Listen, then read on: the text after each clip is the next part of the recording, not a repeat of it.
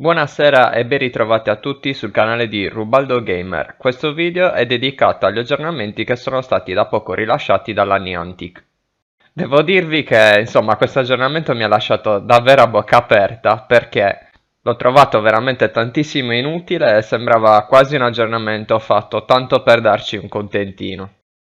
Perché come molti di voi sapranno è uscito un metodo grezzo di calcolo degli EV dei nostri Pokémon e adesso vedremo insieme come è costituito. Il primo aggiornamento che si può notare è che hanno cambiato il nome da inventario a borsa, che sinceramente potevano anche risparmiarselo.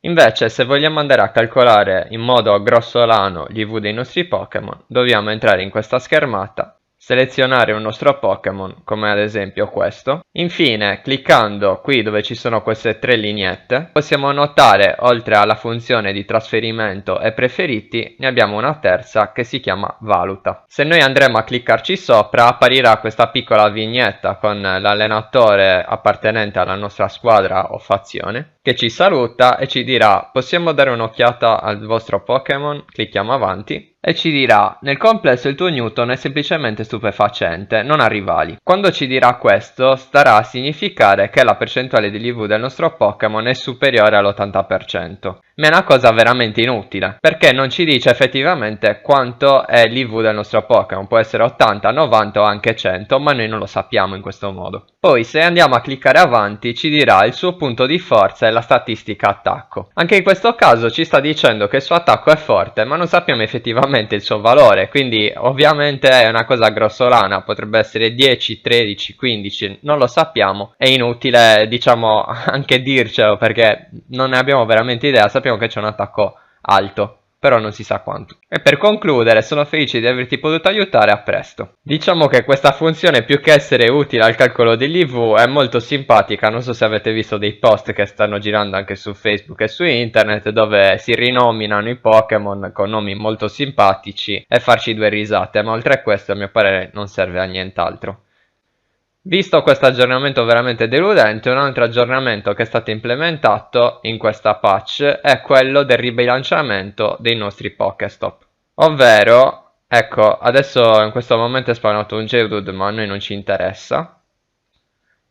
Se noi adesso entriamo nel nostro Pokéstop e ci mettiamo a girare la ruota, prima poteva capitare che ad esempio ci desse tantissimi oggetti tutti uguali, adesso hanno, diciamo, ribilanciato il sistema di ritrovamento di questi oggetti. Passiamo invece adesso alle note positive di questa patch. Finalmente pare che sia possibile catturare i Pokémon come Tauros, Kangaskhan, Fatferch, o come si pronuncia, e inoltre anche il Pokémon Porygon. Questi Pokémon, come voi ben saprete, erano possibili solamente da catturare in determinate zone geografiche, ovvero Tauros si poteva trovare solamente nel continente in Nord America, il Pokémon Kangaskhan si poteva trovare solamente in Australia, mentre Farfetch si poteva trovare solamente in Asia. Quindi adesso sarà possibile trovarli questi Pokémon più che altro all'interno delle uova, perché comunque saranno Pokémon rari da trovare in giro per la mappa, e a mio parere questo è davvero un punto a favore di questa patch, che sembrava davvero una schifezza, e mi sembra appunto proprio una buona patch perché non potendo effettuare degli scambi con gli altri giocatori questi Pokémon erano introvabili, a meno che non si prendeva appunto un aereo per andare a trovarli, ma si sarebbe rivelata proprio una spesa notevole. Tutto qua.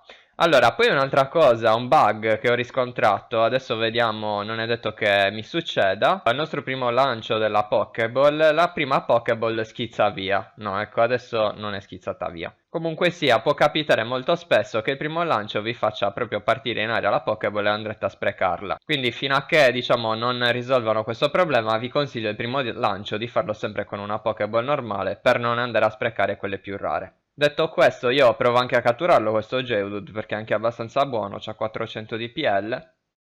Visto comunque tutti questi aggiornamenti che hanno fatto, mi ritengo abbastanza deluso perché sono pochi e anche fatti male a mio parere. Ed ecco qua, bene, l'abbiamo catturato, sono molto contento, adesso vediamo un attimo.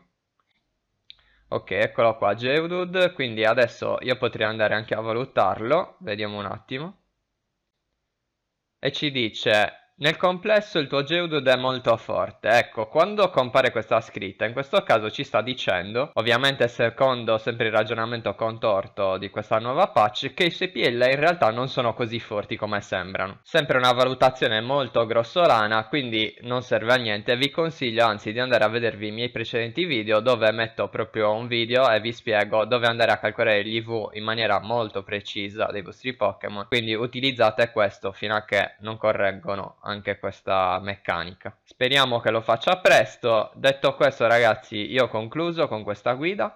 Mi dispiace inoltre che questa patch sia stata abbastanza deludente, vi ricordo come sempre che se volete lasciare un commento sotto questo video anche per sapere le vostre opinioni potete farlo benissimo. Inoltre se vi è piaciuto questo video vi ricordo come sempre di lasciarmi un like e ci vediamo molto presto nel mio canale per i prossimi video su Pokémon Go ma anche su altri argomenti. Alla prossima!